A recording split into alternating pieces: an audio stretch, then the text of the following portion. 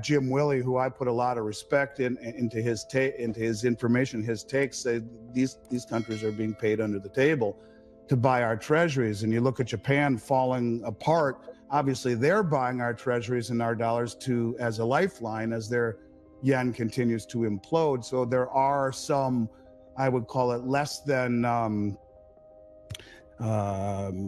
organic demand centers kind of holding things up right now. But the bottom line is most of the debt is owed to the American public. And when you realize that as all of those nations have been shedding treasuries, it's been us, the American public, that's been buying the treasuries, the money markets, the banks, the mutual funds, and us chasing yield. So as everyone is shedding treasuries, we're buying them, and the majority of the debt is owed to us. So if we can point to a villain, those bastards did it to us. They dumped the dollar. Saudi Arabia is no longer taking the dollar exclusively, incentivizing all of those countries who have held dollars for 50 years and stockpiled them to buy oil, giving them reason to no longer hold them and to sell them and to let them go. And what starts out little by little can very quickly turn into a flood of de-dollarization. And as those dollars hit our shores, the impact is a rising interest rate environment. Finance expert Andy Schectman exposes a shocking strategy: a major country bribing others, including US allies, to undermine the US economy. With US debt skyrocketing to $35 trillion and unfunded liabilities exceeding $120 trillion, Schectman reveals how these covert deals are incentivizing nations to abandon the dollar. He discusses how the de-dollarization threat is real and growing, creating a potential economic crisis that could shake the foundation of global finance. As Saudi Arabia and other nations shed their dollar reserves, the synthetic demand for the dollar is eroding, putting the US in a precarious position. And Schectman explains the ripple effects of these actions, including rising interest rates and financial instability. He highlights how the US government's asset base, just over $5 trillion, is vastly outstripped by its liabilities, creating an alarming economic situation. This economic manipulation, combined with increasing distrust in US financial stability, could lead to significant repercussions for the global economy. My mentor, he was saying that the Fed had just a couple of options, and that would be to inflate or to default. When you talk about where we were then, call it 2008 or 9, you had a 17 or an 18 trillion dollar debt. Now we have almost a $35 trillion debt and unfunded liabilities in Medicare and Medicaid and Social Security alone that exceed 120 or 30 trillion. And you throw in all the entitlements like government and military pensions and the entitlements that are bleeding this country dry. In essence, we're close to, to $200 trillion. One of the things that people don't understand, this country has plenty of assets, but the US government has an asset base of just over $5 trillion. And if you Google it, you'll see that to be true, with the largest asset, as nauseating as it is, being student debt of about 1.6 trillion.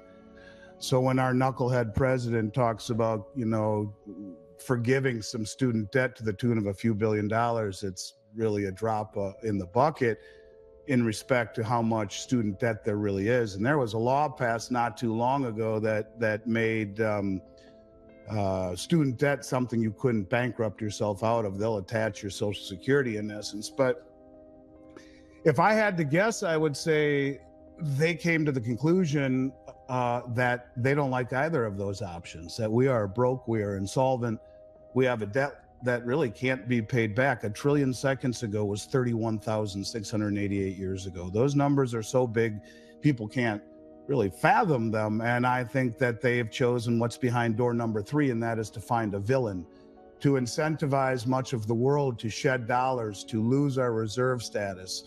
And look what's happened with Saudi Arabia. They did not re-up the exclusivity agreement to choose to only sell oil in dollars. And it has been that agreement since 1974 that has given the dollar its hegemony. It's created a synthetic demand for the dollar where every country in the world has had to stockpile them in order to purchase energy.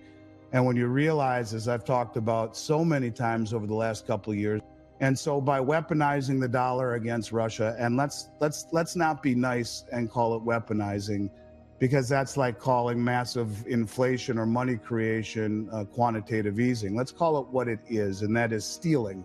We stole $5 billion of Russian assets and are using them to buy munitions to give to the Ukraine, the country that Russia is fighting a war against. That trust is gone. We have defaulted on our obligations. We have chosen our own aspirations, our own idea of what is considered just, where we can say, to Janet Yellen can say to CNN that if China gives 1 penny to the Russian war effort, that we will sanction their banks, their companies in Beijing itself. Never mind that we've given $260 billion with no congressional oversight to the Ukraine, let alone Stinger missiles and F-16s and the intelligence on where to fire them.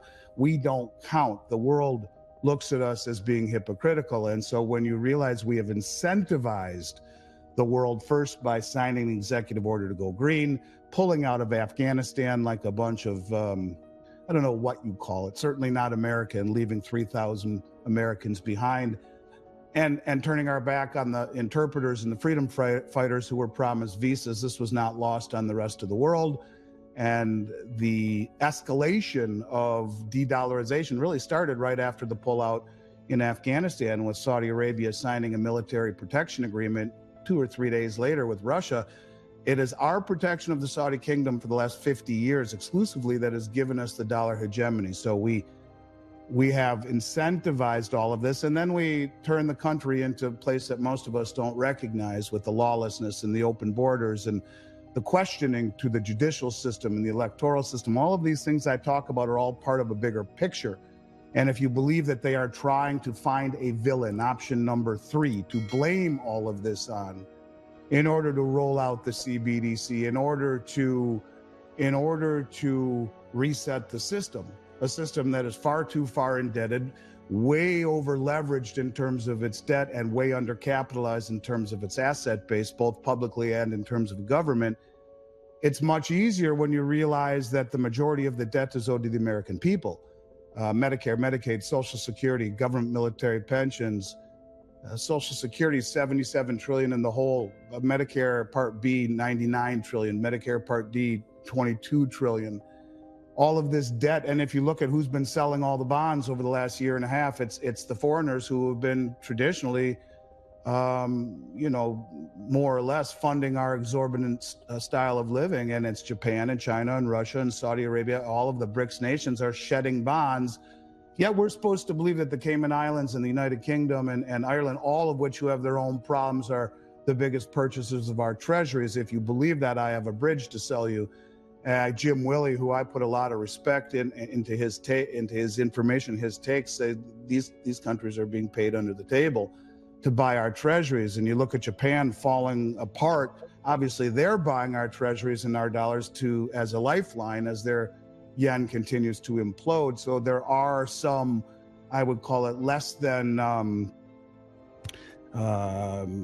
organic demand centers kind of holding things up right now. But the bottom line is most of the debt is owed to the American public. And when you realize that as all of those nations have been shedding treasuries, it's been us, the American public, that's been buying the treasuries, the money markets, the banks, the mutual funds, and us chasing yield.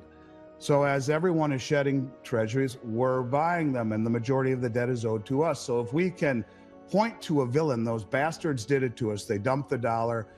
Saudi Arabia is no longer taking the dollar exclusively, incentivizing all of those countries who have held dollars for 50 years and stockpiled them to buy oil, giving them reason to no longer hold them and to sell them and to let them go. And what starts out little by little can very quickly turn into a flood of de-dollarization. And as those dollars hit our shores, the impact is a rising interest rate environment. And as interest rates rise much higher than the 5% line in the sand that I think Powell realizes will blow things up, will be done by the market to compensate for inflation or the loss in purchasing power, not by Powell and the Fed. It'll be done by the market. And at that point, the CPI, which is the CPI, will have to be more forthright and more honest with its with its valuation of inflation. And as rates rise to compensate for that inflation, the byproduct of rising interest rates, of course, is trouble with the banking system, which is over leveraged and undercapitalized, with the stock market, which is inversely correlated to this, the bond market, inversely correlated to it. Everything is inversely correlated to it. And when you realize the number 2 economic advisor, Lael Brainerd, is a modern monetary theorist, this is her wet dream. She wants consolidation of the banks. She wants it all to blow up so she can come in and say, look, you guys, I know this sucks. They did it to us. This is about patriotism and starting over and reining in and uniting this country under a common goal. Just take the CBDC and you too will be made whole. Now, is this pie in the sky? Maybe. But when you ask yourself, why the hell would we have done all of these things? Why would we destabilize all of the things that are sacred to this country? Elections, judicial system, immigration system, create lawlessness and craziness in the cities. All of this stuff on top of weaponizing the dollar, on top of creating $1 trillion in debt every single 100 days, if not sooner. All of these things are too stupid to be stupid.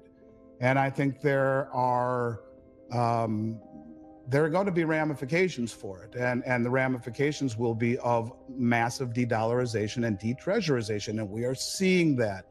In fact, we just saw the head of the BRICS New Development Bank, Delma Rousseff, come out and say, yeah, we've agreed to a new settlement currency, which will be called the unit. And that unit will be a combination of 40% gold and 60% BRICS currencies. And it's quite fascinating. You can go to the unit website, read their white paper. It's 40, 50 pages. It's worth reading.